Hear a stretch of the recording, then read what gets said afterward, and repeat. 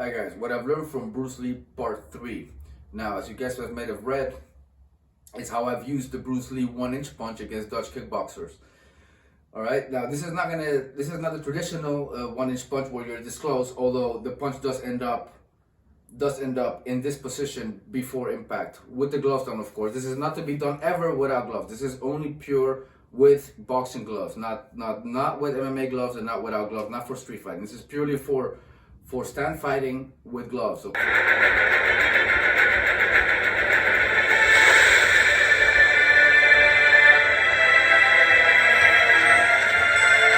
Is anything eternal? Friends, I will show you what is truly immortal. Because there's nothing without everything. And to erase all by me.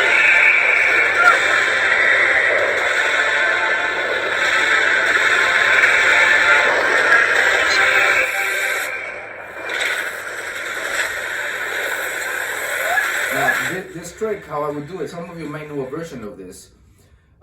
In Holland, sometimes people are taught to like make the glove sweaty, and then when people are guarding themselves from your punches like this, usually like this, that happens a lot here in Holland. They'll guard like that.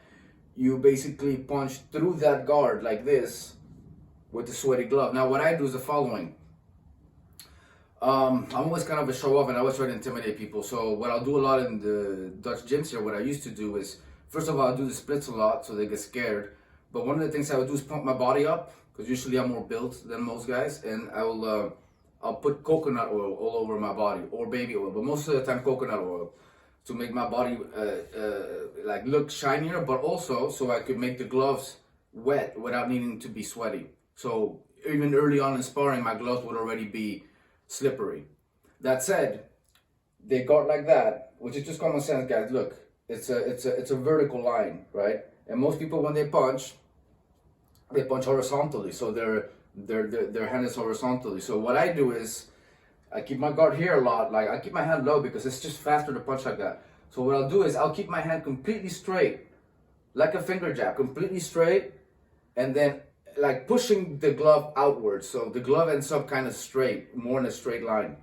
So you basically go with the glove through the guard, and as soon as you break through the guard, which is kind of easy, if you do it fast, it's easy. It's easy because you're wet, you're slippery, more than sweaty even, because coconut is really slippery.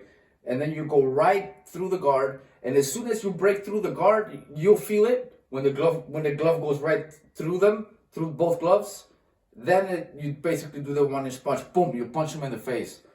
And usually they're not expecting it.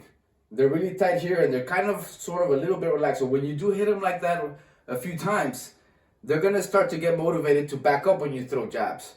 And when they start doing that, it's a perfect time for you to throw your kicks. At least for me, that's how I do it. You know, when I start to hit them with the jabs, and they start to respect my hands more.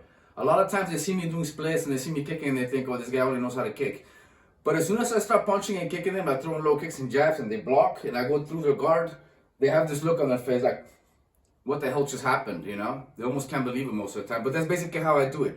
My trick is I make the gloves slippery and I punch completely straight until I cross the guard, and then I shut my hand. If you haven't seen the other two videos on what I learned from Bruce Lee, the other one is similar to this one, but I explain how I do it in street fights, and I explain basically it's similar to this one, but I also explain how I do it in street fights. And the first one is more about the mental aspect. If you haven't seen those, I'll link them down below, and I'll place some of them here so you guys can check those out. If you like this kind of content, guys, don't forget to like, subscribe, share, and all that stuff. You know, it helps the channel. So in this video, guys, catch you later.